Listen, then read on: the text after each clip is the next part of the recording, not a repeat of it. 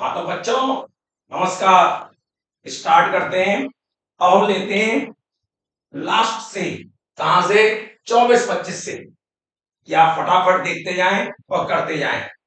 देखिएगा, पहला क्वेश्चन आपके सामने यूक्लिड विभाजन प्रमेय का आपको पता होना चाहिए। आपने पढ़ रखा है ए बराबर पी क्यू प्लस आर, जहां आर क्या होता है? शेषफल। आर क्या होता है? शेषफल। और आर की वैल्यू क्या होती है? जीरो के बराबर आ सकती है या जीरो से बड़ी आ सकती है, लेकिन हमेशा जिससे भाग दे रहे हैं उससे छोटा आता है, उसके बराबर कभी नहीं आ सकता। कायदे में देखेंगे आंसर ही आ गया। आपने सर एग्जाम्पल दे दीजिए कैसे।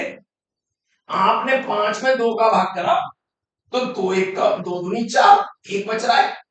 यदि आपने 4 में भाग करा होता 2 दूनी 4, जीरो बच रहा है। यदि आप 6 में भाग करोगे, 5 के 6 में भाग करोगे, 2 या 6, फिर जीरो बच रहा है। इसका मतलब या तो जीरो बचेगा या एक बचेगा, मतलब जिससे भाग दे रहे थे उससे एक कम बचेगा, उसके बराबर कभी नहीं बच सकता। और सबसे कम कितना आएगा? जीरो। जीरो से इसको बच सकता है तो जीरो के बराबर या जीरो से बड़ा, लेकिन छोटा किससे होगा? जिससे भाग दे रहे हैं, पी से छोटा। अगला क्वेश्चन देखेंगे। अगला क्वेश्चन क्या है? कहता पाई माइनस 22/7 कैसी संख्या है? Pi minus 22/7। पाई एक अपरमेय संख्या है, और अपरमेय संख्या और परमेय संख्या का अंतर सदैव अपरमेय होता है। तो कैसा होगा ये? अपरमेय संख्या। अगला क्वेश्चन देखेंगे आप, क्या है? A B C शून्यतर। शून्यतर का मतलब समझेंगे, non negative numbers are called, non negative numbers जो ऋणात्मक ना हो उन नंबर को शून्यतर कहा जाता है। बिल्कुल बात क्लियर है। ए प्लस बी प्लस सी बराबर जीरो दे रखा है, तो कहता है इसका मान बताओ। A square upon B C, E square upon C A, C square upon A B, इसका मान बताओ। हमने क्या करा? इसका एलसीएम लिया। ए बी सी एलसीएम आ गया, बीसी से बीसी कट गया, A cube plus B cube plus C cube. और आपको ये पढ़ाया जाता है, यदि 3 संख्या हो उनका क्यूब आपस में जुड़ रहा हो और उन तीनों का योग जीरो हो तो इसका क्या आता है? Result 3abc। ये आपको पता होना चाहिए। और ये एबीसी, एबीसी से एबीसी कैंसिल, 3 कहां से आता है आपको मालूम होना चाहिए। A cube plus B cube plus C cube minus 3abc, इसका फॉर्मूला क्या होता है? A plus B plus C और A square plus B square plus C square minus A B minus B C minus C ए।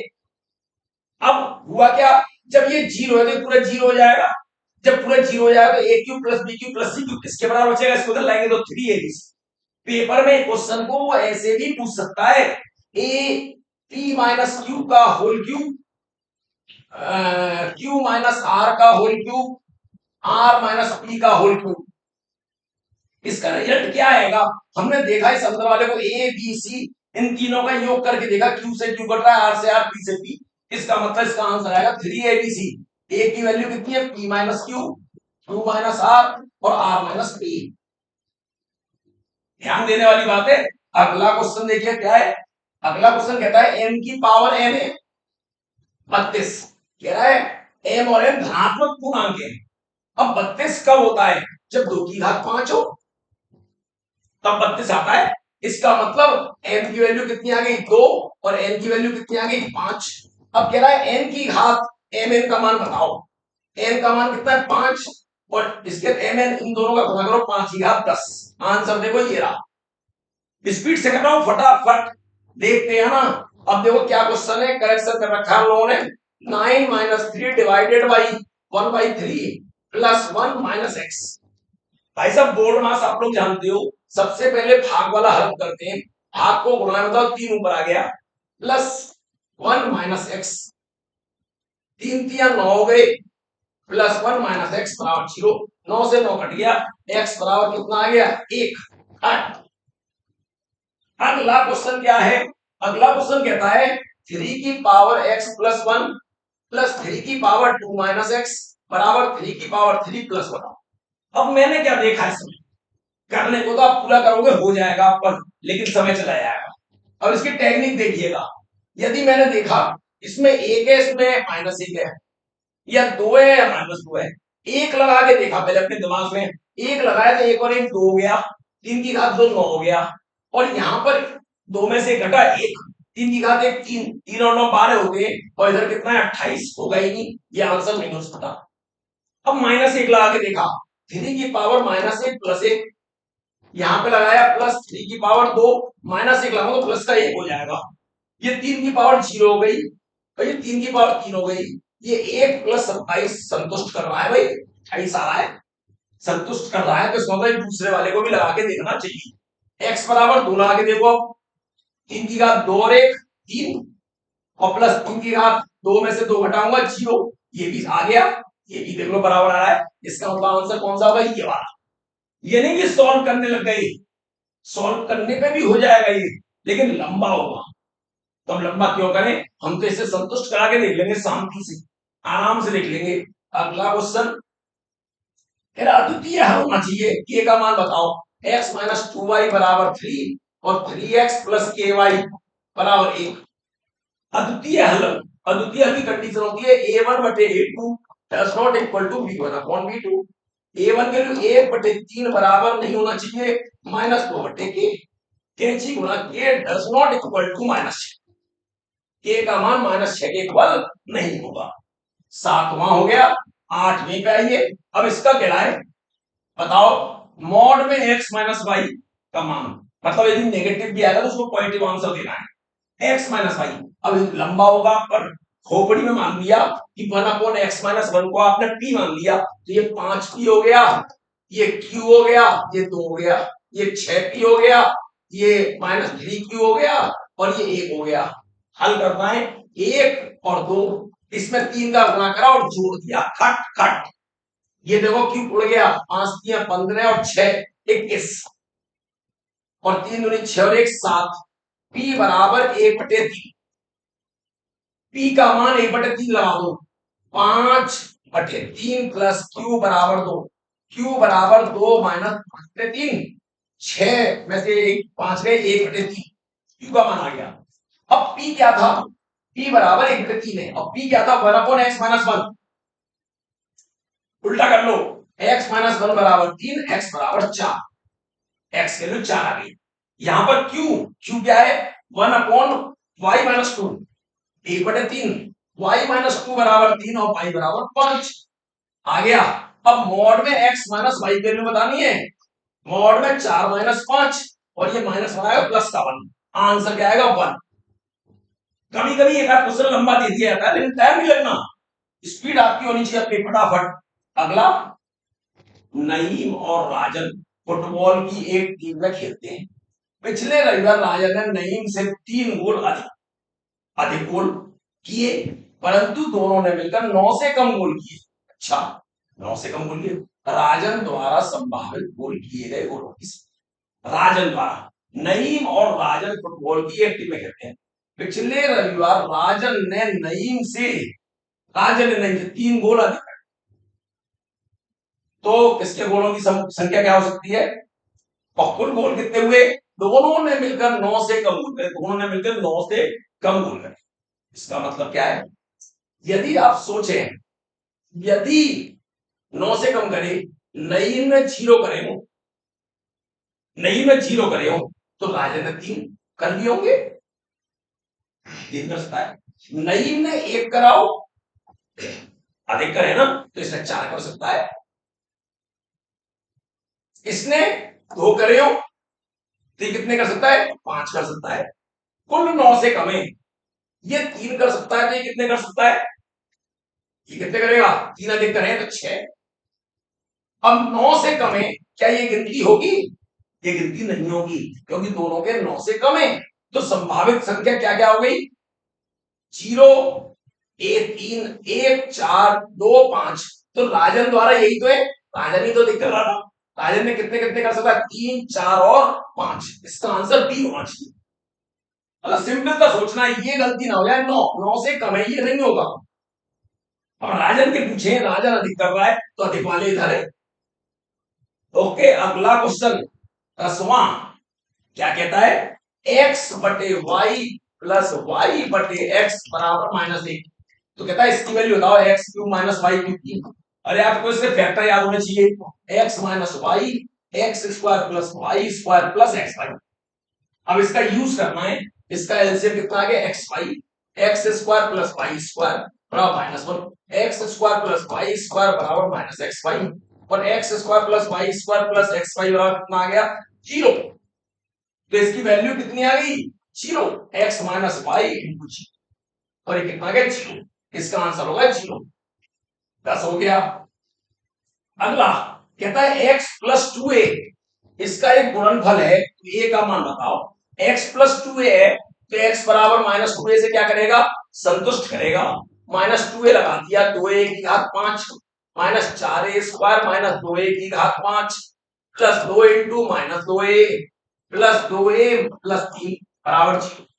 दो की घात पांच 32 होता है, 32 और माइनस का 32 होगा, एक की घात पांच, ये दो की घात कितना, ये कितना है यहां पर तीन था, ये गलती से लिख गया हूं तीन, दो की घात तीन कितना होता है आठ, और आठ चौक 32 माइनस वन प्लस हो जाएगा 32, एक की घात पांच इससे ही कट गया, माइनस का चार ए प्लस का टू ए प्लस का तीन बराबर जीरो। ऐसे इससे ये कैंसिल हो गया, माइनस का चार ए प्लस का दो ए को धन ले गए, दो ए बराबर कितना आ गया तीन, ए बराबर तीन बटा आंसर फटाफट, मतलब स्पीडली रिवीजन है, स्पीड से रिवीजन।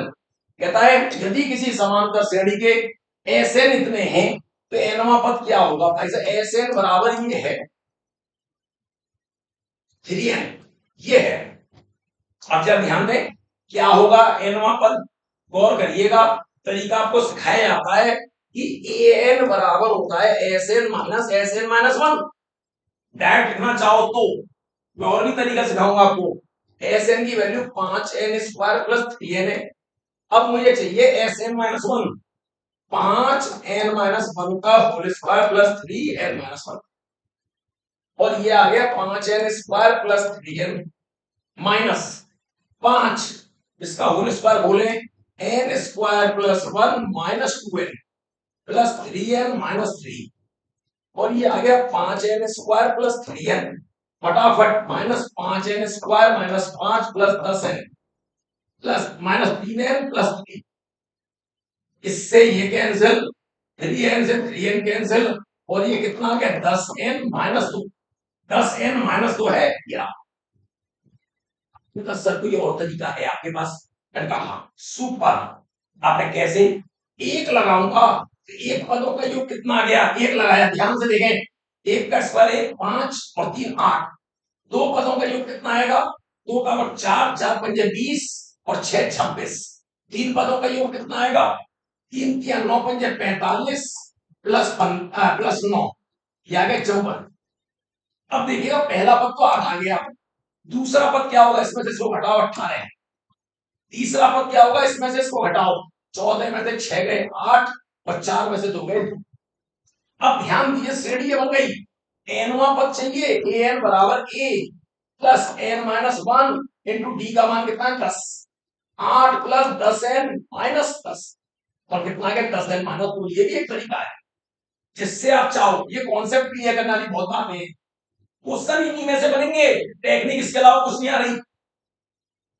अगला क्वेश्चन देखें आप क्या कहता है, यदि किसी बिंदु P की x अक्ष से लंबवत दूरी 5 इकाई है, x अक्ष से लंबवत दूरी 5 इकाई है, अब कहता है 5 इकाई है और x अक्ष की ऋणात्मक दिशा में, मतलब ये है चतुर्थांश, कह रहा है P से x अक्ष से लंबवत दूरी और x अक्ष की ऋणात्मक दिशा इधर आ गई x अक्ष की, और ये जो ऋणात्मक दिशा ये दूरी ये 5 दे रखी है, ये यहां से भी हो सकती है 5, नीचे से भी हो सकती है 5, तो क्या कहता है, तो ध्यान दें x अक्ष से लंबवत दूरी है 5, ठीक है, तो कहता है P क्या होगा, ये P यहां पे भी हो सकता है, P यहां पे हो सकता है, जब ऊपर होगा तो प्लस का होगा और नीचे होगा तो किसका होगा, ये माइनस का होगा 5 ही, दूरी 5 ही बोली जाएगी, लेकिन नीचे होगा तो क्या बोलेगी -5, तो आंसर क्या होगा, y के निर्देशांक 5 या -5।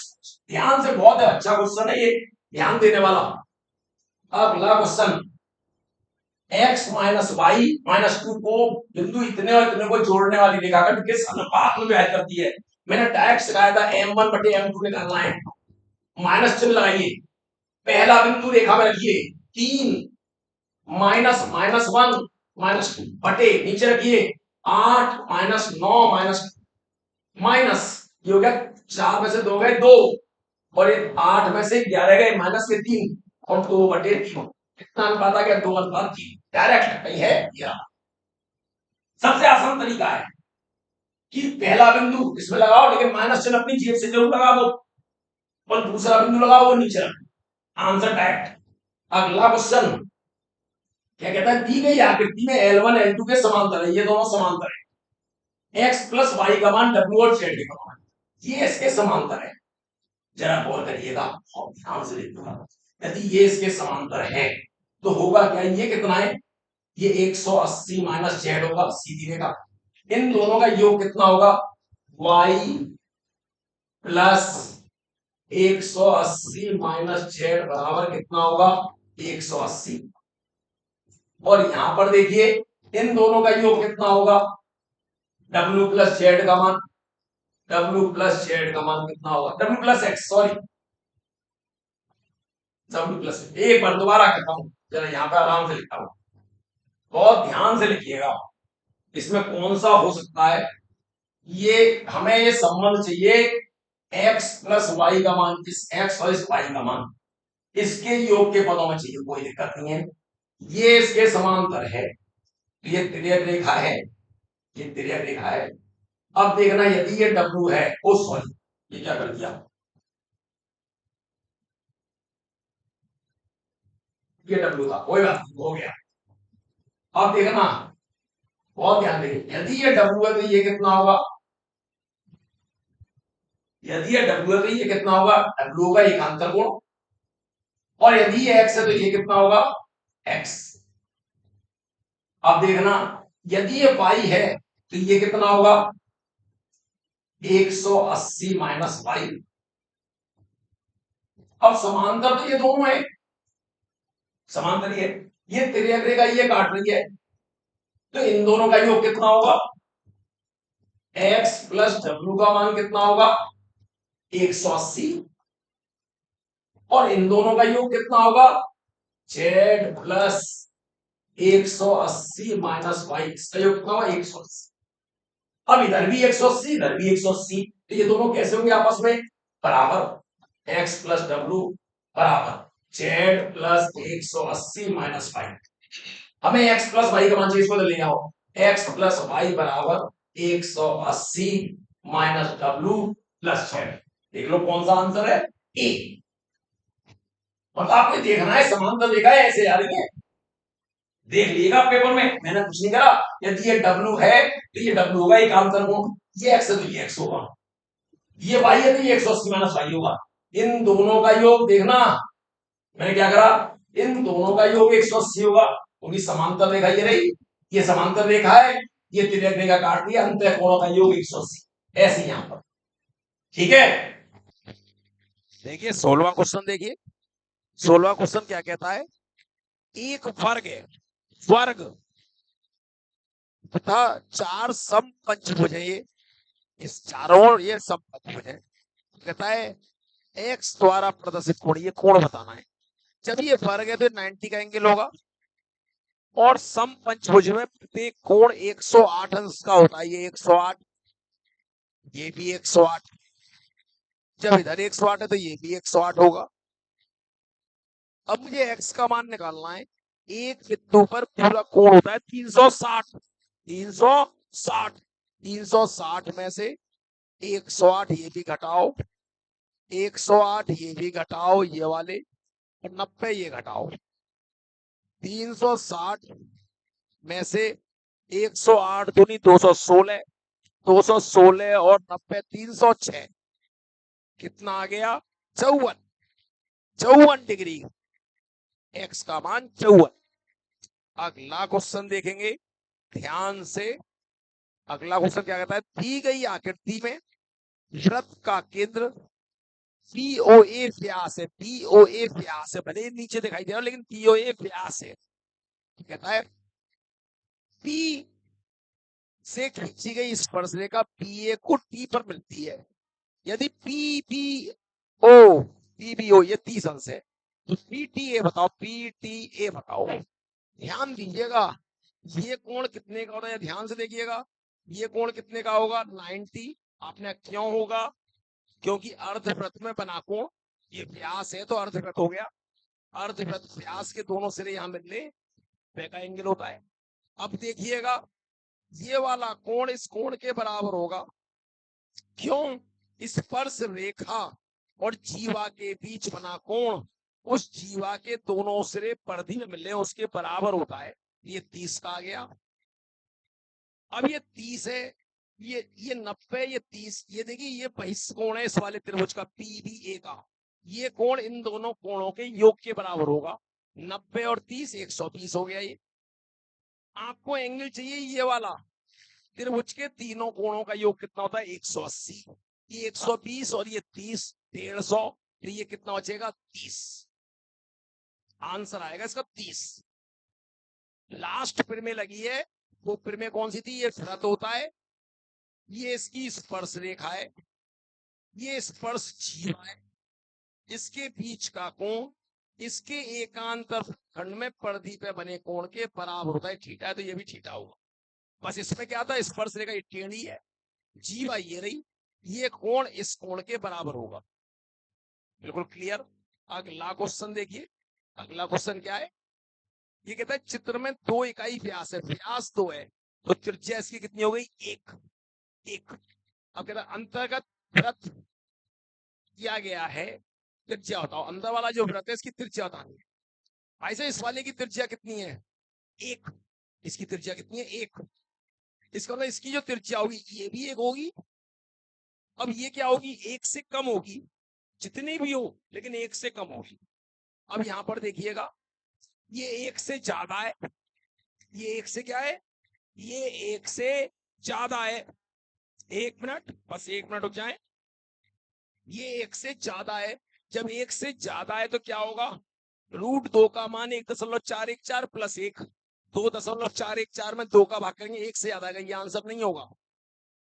ये √2 का मान कितना होता है 1, और ये 0.5, तो कितना बचेगा, अरे √2 का मान 1.414 माइनस 0.5, ये लगभग 0.9 के आसपास आएगा। ये भी नहीं हो रहा क्योंकि तो छोटा सा है, जब यहां छुलेगा तब 1 के बराबर होगा, यहाँ छुल ही नहीं रहा तो ये तो बहुत छोटा है।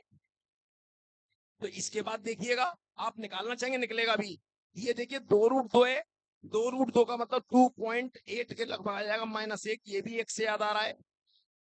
इसे देखिएगा, ये 1.414 है, -1 0.414, ये हो जाएगा आंसर। क्यों कि जितने में इसकी त्रिज्या है उतना भी इसका व्यास नहीं है। जब उतना भी इसका व्यास नहीं है, यदि ये यहां से ज्यादा छुल्ला होता तो व्यास इसका 1 होता, तो इसकी त्रिज्या 0.5 होती, इसका मतलब 0.5 से भी छोटी आएगी। अब 0.5 से छोटी तीनों में कौन सा है, ये वाला। आंसर ये हो, डायरेक्ट समझना है इसको, ये सोचने वाला क्वेश्चन दिया, करना वाला नहीं दिया। ये अगला क्वेश्चन देखिए, अगला क्वेश्चन क्या कहता है, अगला क्वेश्चन है, ध्यान से देखिएगा, एक घड़ी के घंटे की सुई की लंबाई 6 सेंटीमीटर है, ठीक है, सुई 11:20 से 11:55, 11:20 से लेकर 11 घूमे हुए भाग का क्षेत्रफल। आप सोचिए 11:20, 11:20, 11:20, पहले मैं आपको घड़ी दिखलाता हूँ, ये 12, ये 11, और 1 2 3 4 5 और ये 6 7 8 9 10, 11:20, इसका मतलब घड़ी की सुई ऐसे होगी, छोटी वाली ये रही, और 20 कैसे आएगा ऐसे, और 11:55 कैसे आएगा, 11:55 ये होगा 11:55, तब सुई छोटी वाली यहाँ पे पहुंच जाएगी और बड़ी वाली यहाँ। ये बीच का कोण, ये बीच का कोण, तो आप 11:20 पे भी निकाल सकते हो, 11:20 पर 1 घंटे इसकी थ्योरी पूरी समझाता हूँ, लास्ट में इसकी पूरी थ्योरी समझाता हूँ घड़ी वाली, कि जिससे आपको बिल्कुल बात क्लियर हो जाए। ठीक है ना। अगला क्वेश्चन पहले करता हूँ ताकि ये सबसे लास्ट में बात करी जाएगी इसमें। अगला क्या कहता है, याद रखिए 19वां क्वेश्चन है। ये है, ये 2 वृत्त अंतः स्पर्श कर रहे हैं, इनकी त्रिज्याओं का योगफल ये रहा, और उनके केंद्रों के बीच की दूरी, इन दोनों के बीच की दूरी 6 है। भाई साहब दोनों वृत्त अंतः वृत्त स्पर्श कर रहे हैं, अंतः स्पर्श कर रहे हैं, तो R1 माइनस R2 जो होता है O डैश के बराबर होता है। मतलब त्रिज्याओं का अंतर कितना होगा, 6। देखो सब में त्रिज्याओं का अंतर 6 है कि नहीं है, सब में 6 है। 11 में से 5 गए 6, 9 में से 3 गए 6, 10 में से 4 गए 6, 12 में 6। इस कंडीशन से तो चारों है, लेकिन फिर क्या कह रहा है, इसका क्षेत्रफल कितना है, 116। 116। अब यहाँ 11 का वर्ग करूंगा, क्योंकि क्षेत्रफल क्या होता है, पाई आर स्क्वायर। जब इसका वर्ग करूंगा 121, ये तो 116 से ज्यादा हो गया, ये नहीं हो सकता। ये 9 का वर्ग 81 और ये 27, ये भी 116 नहीं हो रहा। इसे देखिए, 10 का वर्ग 100 और 4 का वर्ग 16। 100 और 16 कितने हो गए, 116। 116 पाई आ गया क्षेत्रफल का योग। आगे नहीं आ गया तो आंसर ये होगा। आप कहेंगे हम तो पूरा करना चाहते हैं, और फिर आप ऐसे करोगे, पाई R1 square plus pi R2 square बराबर 116 करते रहो। अब क्या, पाई कॉमन निकाल के काट दिया, पाई इसमें भी है, ठीक है। R1 square plus R2 square बराबर 116। अब भी सोच लो, जो संतुष्ट कर जाए वो आंसर है, लेकिन वो संतुष्ट इसको भी करना चाहिए और इसको भी करना चाहिए। आपने नहीं सर हमें तो वो करके दिखाइए पूरा। तो R1 माइनस R2 का होल स्क्वायर क्या होता है, R1 square plus R2 square minus 2 R1 R2 करना है। इससे आगे तो 6 का वर्ग, इसके पूरे कौन 116, 2 R1 R2, इसको इधर ले आए 2 R1 R2, 36 घटाओगे तो 80 बचेगा। R1 R2 बराबर 40। भाई साहब उन दोनों का गुणनफल 40 हो, गुणनफल 40 हो। देखो किसका गुणनफल 40 है, क्या ये 55 हो गया, ये 27 हो गया, ये 40 हो गया। इससे तब भी पकड़ लिया हमने आंसर। मतलब आपके तरीके हैं, आप कैसे पकड़ सकते हो आंसर को। अगला क्वेश्चन, अगला कहता है घन के अंदर घन के आयतन का उस बड़े से बड़े गोले के आयतन से अनुपात ज्ञात करें जो घन में ठीक समा सके, घन के अंदर। और जब घन के अंदर कोई गोला आ रहा है पूरा फिक्स, तो गोले का व्यास, गोले का व्यास घन की भुजा के बराबर होता है, घन की भुजा। ये 2R और भुजा x, R बराबर x/2। अब किस किस में अनुपात चाहिए, अनुपात चाहिए घन का आयतन बटे बटे गोले का आयतन।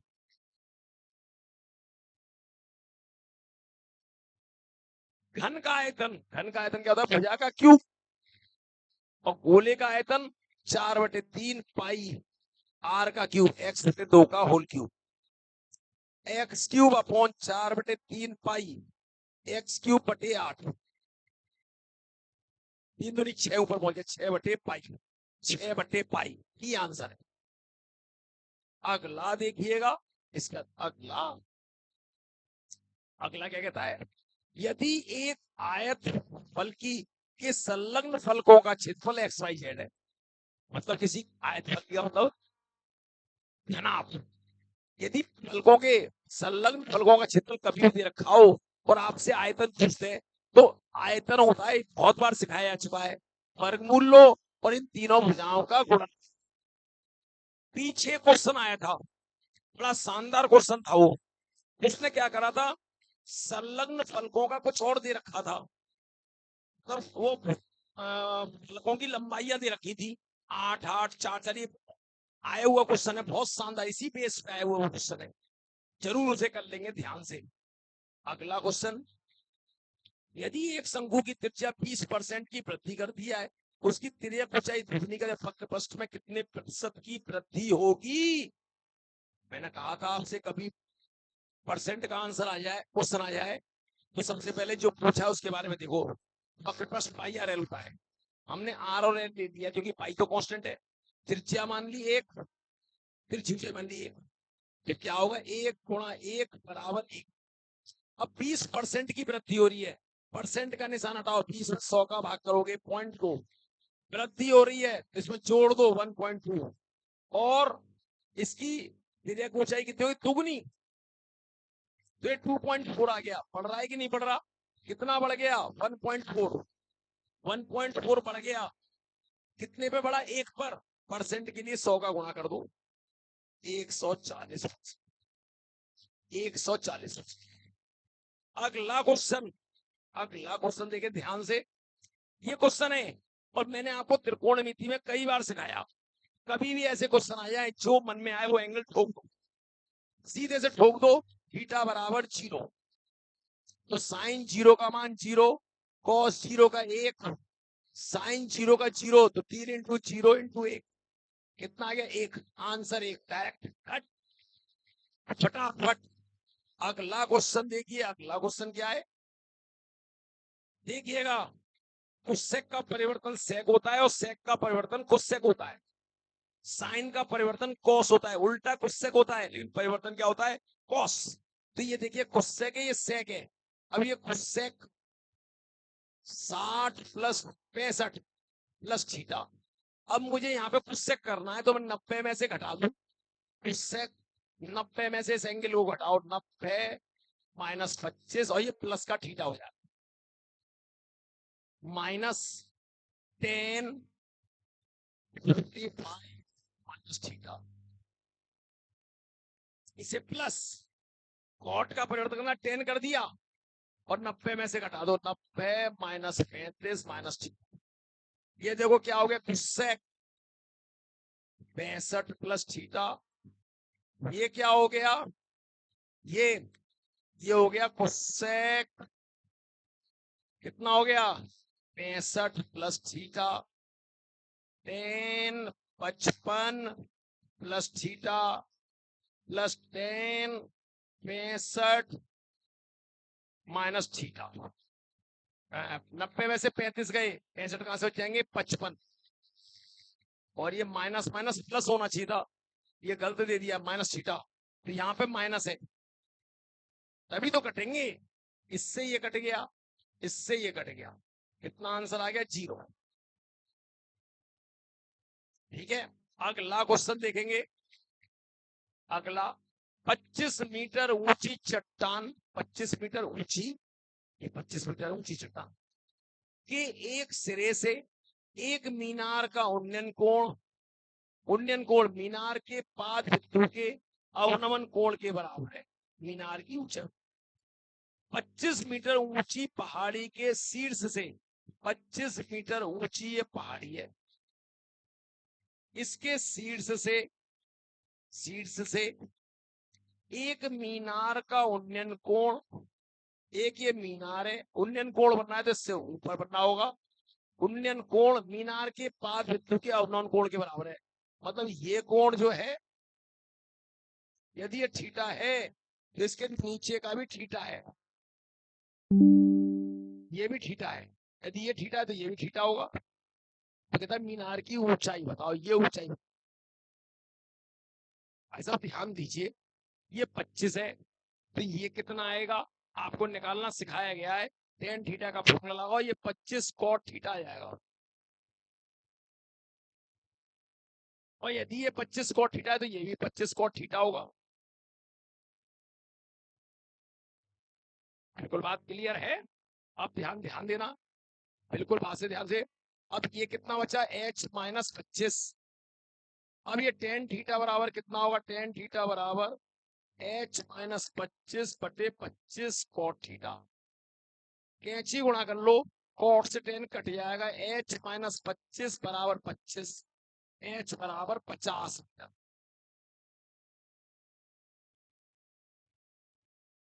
अगला देखें फटाफट, दंड आलेख जिसमें वर्ग के मदों की संख्या, वर्ग बने हुए होते हैं, जैसे आपने देखा होगा जब ऐसे बने हुए होते हैं वर्ग, वर्ग दंड का क्षेत्रफल समानुपाती कहलाता है, किसके समानुपाती कहलाता है, किसके समानुपाती कहलाता है ये? एक दंड आलेख जिसमें वर्ग के मदों की संख्या के प्रत्येक दंड का क्षेत्रफल समानुपाती कहलाता है। किसके बराबर कहलाता है? आयत चित्र। किसके बराबर कहलाता है? आयत चित्र। ठीक है, ओके। अगला अगला क्या है? पांचों का एक जोड़ा, पांचों का एक जोड़ा फेंका जाता है। प्रायिकता ज्ञात कीजिए कि किसी भी एक पांसे के मुख पर प्रदर्शित हो जबकि पांचों का प्रदर्शित संख्याओं का योग 6। पांचों का एक जोड़ा फेंका जाता है। प्रायिकता ज्ञात कीजिए कि किसी भी एक पांसे के मुख पर 2 प्रदर्शित हो। ठीक है, और पांचों का योग जबकि कितना हो? 6। पांचों का योग 6 आने का तरीका क्या होगा? 1 5 5 1 2 4 4 2 और 3। ये हो गया 6 आने का तरीका। इसके अलावा तो कुछ नहीं बचा। 1 2 3 4 5। अब एक पांसे पर 2 जरूर हो। इवेंट क्या होंगे? 2। कौन से? 2 4 या 4 2। एक पर 2 जरूर होनी चाहिए। तो प्रायिकता क्या होगी? कितने? ये गिनती 2 और कुल कितने? 5। 2/5। अगला क्वेश्चन देखें। अगला, एक ताश की गड्डी के 52 पत्तों में सभी इक्के और बादशाह निकाल लिए जाते हैं। अब देखिएगा, कुल पत्ते तो 52 होते हैं। इक्का भी निकाल लिया और बादशाह भी निकाल लिया। इक्का भी निकाल लिया और बादशाह भी निकाल लिया। 4 इक्के और 4 बादशाह निकाल लिए। तो कितने घटा दो? कितने बचे? 44। अब कहता है एक पत्ता बचे हुए पत्तों में से अच्छा किया जाएगा। चित्र वाला। अब चित्र वाले आपने निकाल कितने दिए? चित्र वाले कुल होते हैं 12। इक्के पे तो चित्र होता नहीं है, 5-7 चित्र वाला होता है। तो इसका मतलब आपने 4 बात से निकाल दिए। बचे कितने? 8। तो प्रायिकता क्या होगी? प्रायिकता होगी नंबर कितने? 8 बटे कुल कितने? 44। काटिए। 4 दूनी 8, 4 से 4 दूनी 8, 4 एकम 4 और 4 एकम 4। 2/11। 2/11 है। अगला क्वेश्चन, परीक्षा में प्राप्त अंक 100 में से प्राप्त किए गए। लड़कों का माध्य 70 है और लड़कियों का माध्य 73 है। लड़कों का माध्य 70, लड़कियों का 73।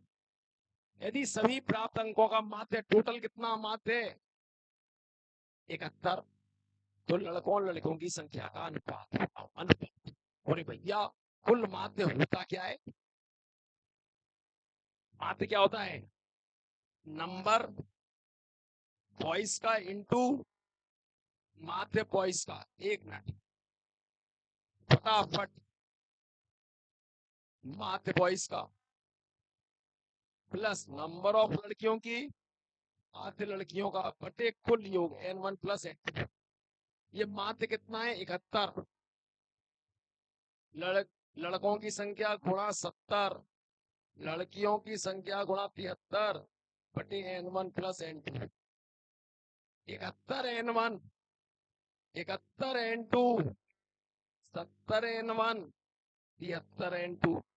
इसको इधर ले गए 1 n1 बराबर, इसको इधर ले आए 2 n2। n1 बटे n2 कितना आ गया? 2/1। 2:1। कितना अनुपात है? 2:1। ओके।